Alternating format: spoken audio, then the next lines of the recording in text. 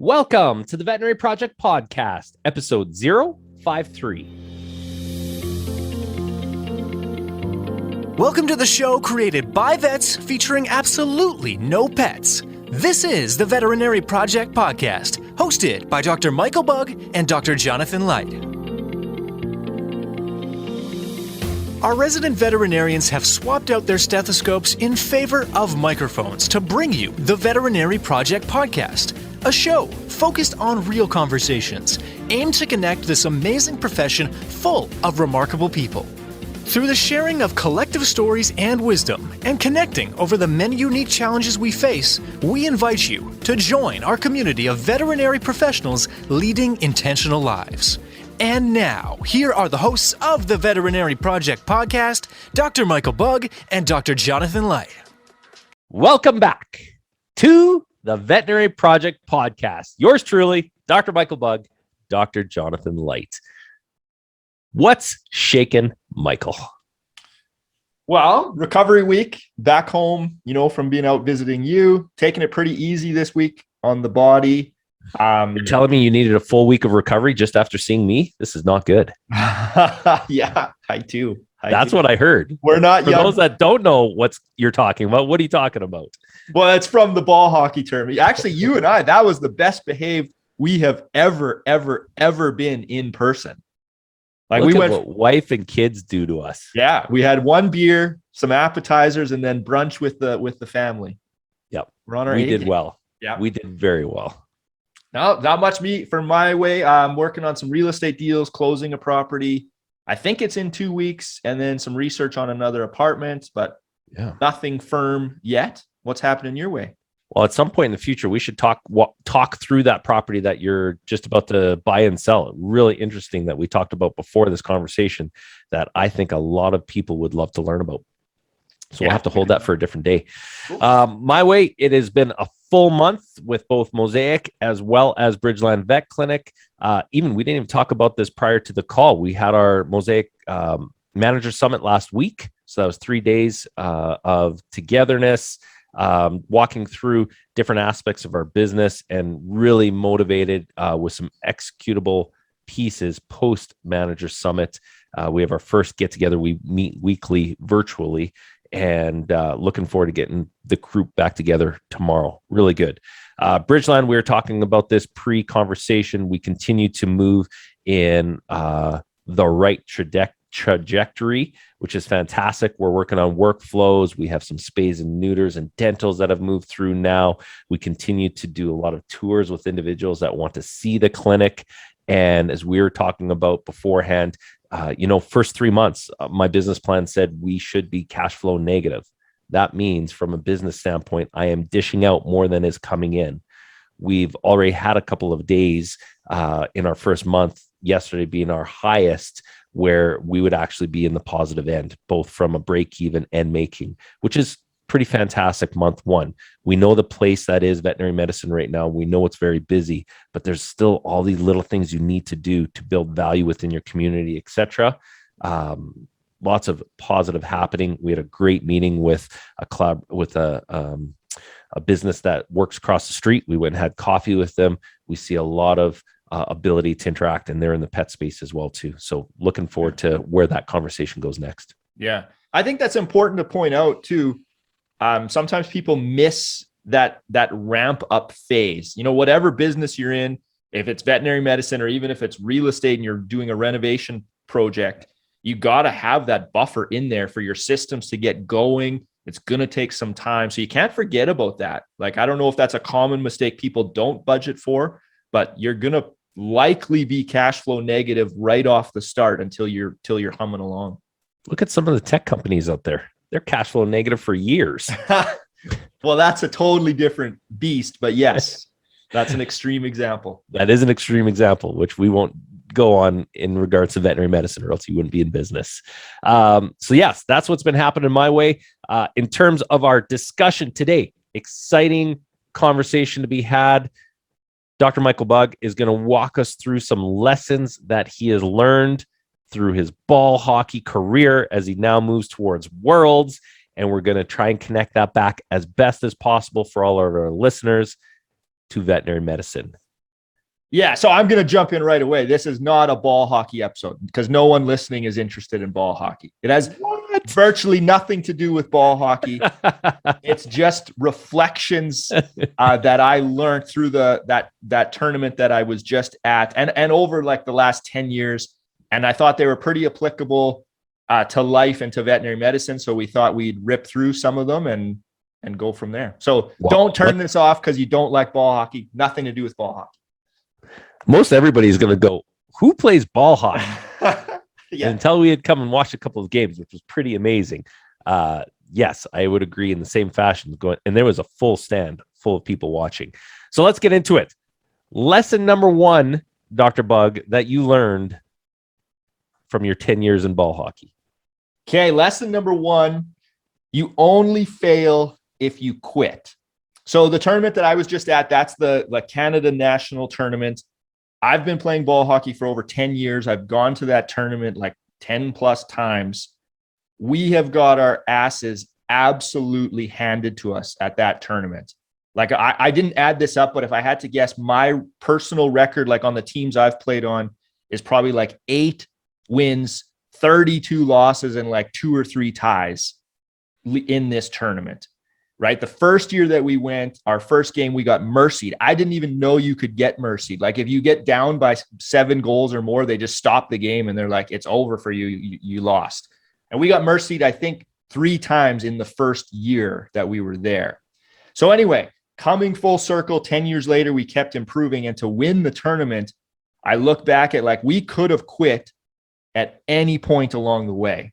So that's kind of the lesson in there. When I think about this for vets, if you're applying to vet school and you don't get in on your first year, your second year, your third year, if you're applying for an internship or a residency and you don't match, if you're trying a new procedure for the first time and it goes south, it doesn't go as you want, there's all these opportunities to quit. And it's only once you quit that you fail. If you keep coming back, keep learning, keep improving, it's not a fail. It's the road to success. So that was my first lesson in there. Love it. Have nothing to add to it. Number 2, be prepared when opportunity knocks. Okay. So yeah, this was a strange year with everything that's been going on with COVID. Ball hockey was canceled last year. Leading into 2021, no one thought this tournament was actually going to happen. And if you've been following along, you saw that I completely switched. I went into doing my 10K running. So I wasn't training or preparing for ball hockey. And then all of a sudden, out of nowhere, this tournament is back on, and it was a world qualifier, which they only do those every 2 years. So it was kind of like a double unexpected opportunity. But because I had already been training with running, I was in a great position for this tournament. And I know like I wouldn't have had as good of a tournament if I hadn't been preparing months in advance. So there's a quote that someone had said where it's like success is, preparation meets opportunity. And so in the vet space, I think about this, you don't know what's walking through that door. You don't know if a GDV is coming in that day. All you can do is be prepared in advance. So when that case walks through the door, you're ready to tackle it and hopefully have success with it. So that was my kind of other one, is be prepared for when opportunity knocks, because you never know when opportunity is coming. Excellent. I'm going to take that even further from a veterinary employer standpoint, especially in regards to veterinary shortages and our lack of veterinary professional supply right now when we're talking about veterinarians and technologists. I see, I read, I have phone calls from a lot of individuals out there that are saying, hey, Jonathan, I just can't find these individuals. And truthfully, Mosaic, we have had the same struggles in terms of bringing veterinary professionals on. That being said, set yourself up for success. Branch out. Get to know people. Set yourself up for success. Have the conversations. Get into universities. There is a pretty straightforward playbook that's going to lead you to have that opportunity to have discussions when they arise and hopefully be successful. It's not 100% of a chance, but at least you give yourself a better opportunity for success when an individual comes along, when you hear through the grapevine that somebody may be there. That is something that I feel veterinarians are not doing enough of right now. If you're not getting out there, you're not going to have people coming in seeing your clinic and want to be a part of it. Yeah. And this is, this is kind of lonely work. No one sees the preparation. No one sees all the after hours or the before hours that's not in the limelight. They see the end result and they think, oh, I want that. And it's like, wow, the reason that person got the end result is all the time they spent leading up to that moment. Such a great comment, Mike. Such a great comment. All right. Number 3, regret. Okay. This was neat for me because I had never played in a national level, like gold medal game. A few other guys in our locker room had, and the pregame conversation, sort of the pregame locker room speech from our coach was talking about regret. And they said, we're here now. We're not going to change any of our systems. All we can control is what you go out there and do. And he said, if you don't go out there and give it absolutely everything you got, you'll regret it forever. Whether you win or lose, at the end of the day, if you gave it everything you have nothing to regret. Yeah. And I remember that kind of hit me because I was like, yeah, I was really nervous anyway going into that. So that just sort of focused me. It's like, okay, this is what I can control. I can control my work effort. Go out there, give it 100%, and I won't regret it no matter what the outcome is. And so I think about that too, like in your vet career or even in life in general. And I think about this more in terms of, you're going to regret what you do not do more than what you actually do. Right. So it's the opportunities you do not act on, right? Or the things you don't take action on. So great. That one hit for me. I think so as well too. In listening to influencers such as Gary Vee and such, they always say, go chat with older people, go chat with 80 plus people that are in seniors' homes, see what their regrets are. And exactly what you described is one of the number one regrets is I did not try. I didn't go for it when I could have. Yeah. And I know those articles, I mean, for me, they're often sad. I love reading them because there's so much wisdom in there. Yes. And I sometimes think about this in the vet space of being a little too influenced by the opinions of others and not being true to yourself and what you want to go after, whether that means, I'm just making this up. Like if you were, say you're a farm kid, like I was, and you switch being a mixed animal practitioner to a small animal and you're worried, well, what's everyone going to think? And it's like, you can't worry about that. You'll regret it. No. And at the end of the day, nobody will worry about it. Yeah, that's true. I want success for you. Excellent. Number 4, moments of high stress. Okay. So in moments of high stress, you're going to revert to your level of training. Okay. So where this struck me, in the final period, there was about 12 minutes left. We were down by a goal and we were in penalty trouble. We were on the penalty kill and our bench was really down, right? Like you can just tell like the vibe on the bench, everyone was kind of deflated. It's like, holy shit. Like, how are we going to get out of this hole? And the only place I could go to was I started thinking about like all the running I've done. I was literally running through snowbanks here when we'd have blizzards. And I was like, no one has trained for this more than I have. And that kind of, I really leaned on that to be like, I've done everything I can do. I just have to go out there for the next 12 minutes and do it. And then when I reflect on this in the veterinary world, I was thinking back to those horrible obese dog spays that everyone dreads. And we've all had this happen where you're doing your surgery and you drop a stump and blood just starts filling the abdomen. And it's like, there's very few things that are more stressful than that.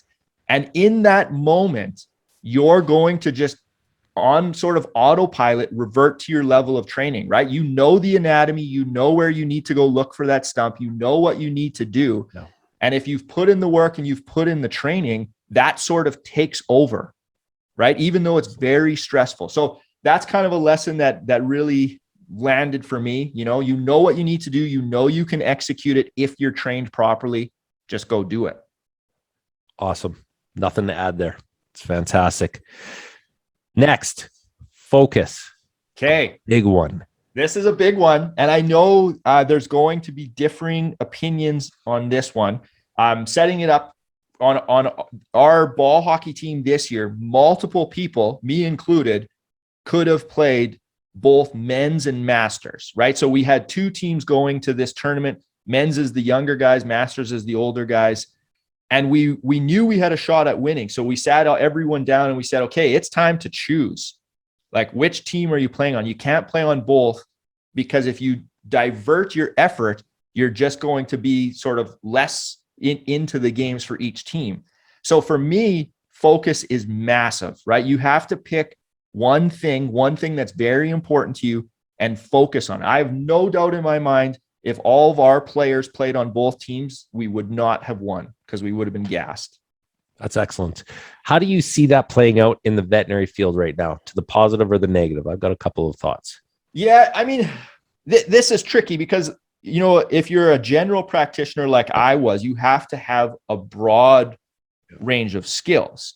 But the thing is, that's going to take time. So I look at it, or how I approach things is, I will focus. So I know when I wanted to learn patella surgery, like luxating patella surgery or cruciate surgery, I would dive into that. I would block off, okay, like this quarter, I'm going to this course. That's what I'm studying. And so even though I would still be a general practitioner seeing a barrage of cases, I would carve out time to focus on one skill and then get that skill up to like a high level, you know, like 8 out of 10, 9 out of 10. And so now it's in your toolbox. Once you have that in your toolbox, then you can go build another tool and put it in your toolbox, right? So that's how I approached it as a GP. I mean, obviously, if you want to be a specialist, pick your swim lane and go after it. A really good analogy that I've heard from some very high level people is, if you're a golfer, once you find your line, right? This is where I want to hit the ball. Safe line, aggressive swing. You know, once you know where you're going, go after it. Nice. Love it. What do you have? You said you had some thoughts on this for the veterinary space. I think it's really hard for those that are into their first, second, third year of vet school or post vet school to get focused. And for those that aren't directly into a residency, internship, etc., and they're a GP in your matter, sometimes not being as focused on a particular niche will allow you to explore more, see what you like and don't like, and then be able to dive. As opposed to taking 10 years or 15 years and going, shoot, I've never dove anywhere, and starting to have that resentment feeling, which I've seen, burnout feeling, etc. Don't be afraid to take a few years, step back, and not be as focused, knowing that in the long term, you're going to be able to go down some paths that you're really going to like. Mm-hmm. And also still have that comfort level and that competency level in the broad range that you do need as a general practitioner. So it's a little bit of a flip on the thought. Yeah, and I agree. I think it's important to get experience, you know, and especially this is really important for students, is try everything, you know, even if, like I have regrets where I never thought I would ever do horsework, which I didn't really. I did like pleasure horsework. But it's like, I still, like still you did. You went to Kentucky on the, and it's like, I should have done that. Like, try everything, figure out what you want. Then once you know, then focus and dive. Yeah. Yep. Don't regret it. All right. Number 6, very important. Optimal performance isn't perfect. Okay. So this is an important discussion point. There is a big difference between optimal performance and peak performance. And in my experience, most veterinarians always want to be at peak performance, right? And it's like, yeah, sure, that's amazing in theory, but we are not machines, right? Like, it's called peak performance for a reason. Like, every direction from the peak is down, right? So people that try to maintain peak performance, it's not possible. It needs to be reserved for special occasions. You're an Olympic sprinter lining up to run the 100-meter race. Yes, you want peak performance right now, but you can't be in that state all the time. Where this came from in the ball hockey sense of how we got here is, we knew our goal was make playoffs and then peak. So in the round robin, we were actually like 1-2-1. We sat players, like we rested some of our best players, knowing, hey, we might lose a round robin game. Do we care? No, because that's not the end goal. The end goal isn't to go 4-0 in the round robin. The end goal is to win the gold medal.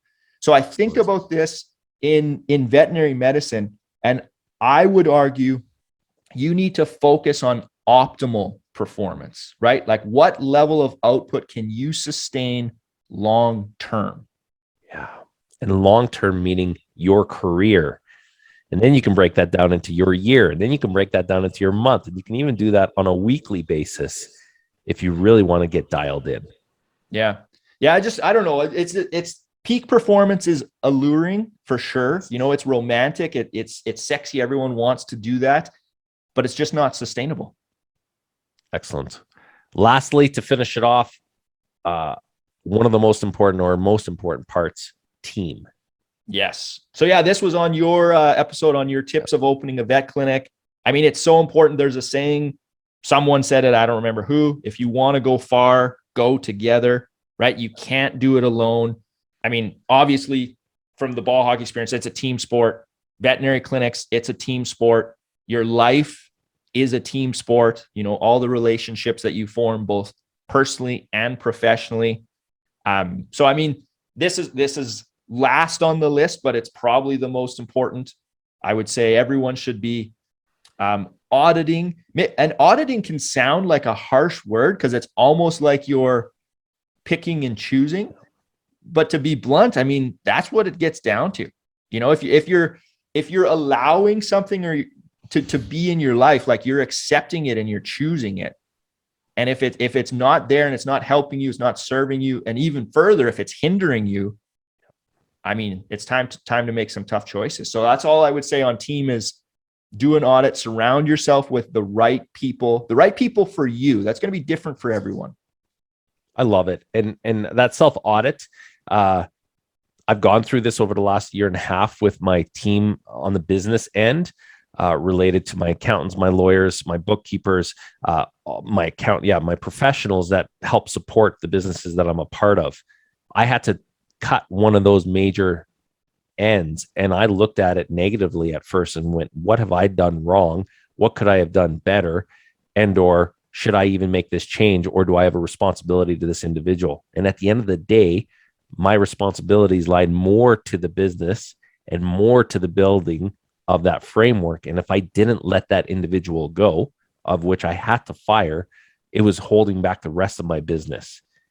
And there was nothing personal in that. And once I actually grew to see it from a team perspective, then we all win. It's an easier conversation.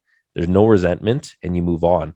Yeah. And within the teamwork of a framework of team in a vet clinic, we are, in my view, very scared to make those conversations happen sometimes. Yeah, they can be difficult conversations.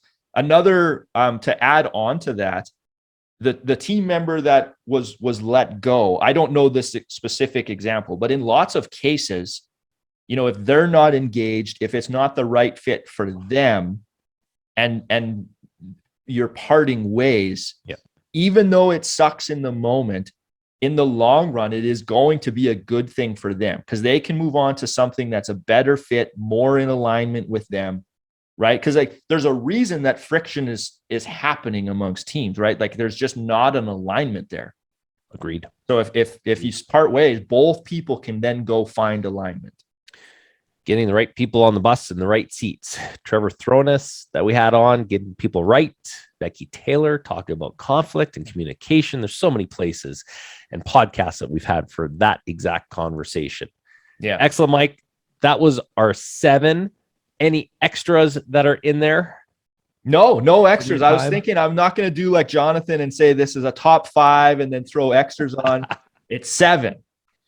Done. 7. We're sticking with it. Well, we really hope that people got some value out of this conversation. I love the analogies that you've used, and thank you for sharing tips from your ball hockey journey over the last 10 years.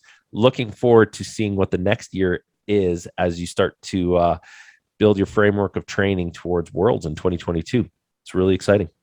Yeah, it'll be very exciting. I think I said this on a previous episode. It's fun. It's fun to have that goal. it is still just sport and ball hockey. You got to keep it in perspective, right? Like there's so many things are more important, your health, your family, just life in general. So it's fun. It's a fun addition to keep life exciting, but it's not everything. No, it's great. I'm sure there's people that are looking up to you out there. I don't know if I'm one of them or not. I'm joking. It was fantastic. Loved getting out there and watching you, bud. Right on, man. Appreciate it. On that note, thanks everyone. Have a great day. Thank you for listening to the Veterinary Project Podcast. As a recap, on behalf of our hosts, the Veterinary Project Podcast will be releasing new episodes weekly. So be sure to tune in as we bring you more conversations aimed at helping you enjoy a life well lived. If you enjoyed what you heard on the show and you want to stay in the know, please like, love, and or subscribe to the podcast on the listening platform of your choosing, as we're available on all the usual suspects. If you know of others that may benefit from these conversations, we'd love it if you please share the show with them, as this will help us grow our community to reach more and more veterinary professionals. Speaking of which, if you are a veterinary professional and would like to get connected with more like-minded individuals who are joining us on this journey, please send an email to theveterinaryprojectpodcast@gmail.com, and we'll invite you to be a part of our private Facebook group. General feedback, requests for information, or perhaps requests to be a guest on the show can also be sent to the Veterinary Project Podcast @gmail.com. Dr. Michael Bugg and Dr. Jonathan Leicht, thank you for listening to the show, and we'll catch you again next week for another episode of the Veterinary Project Podcast. Bye for now.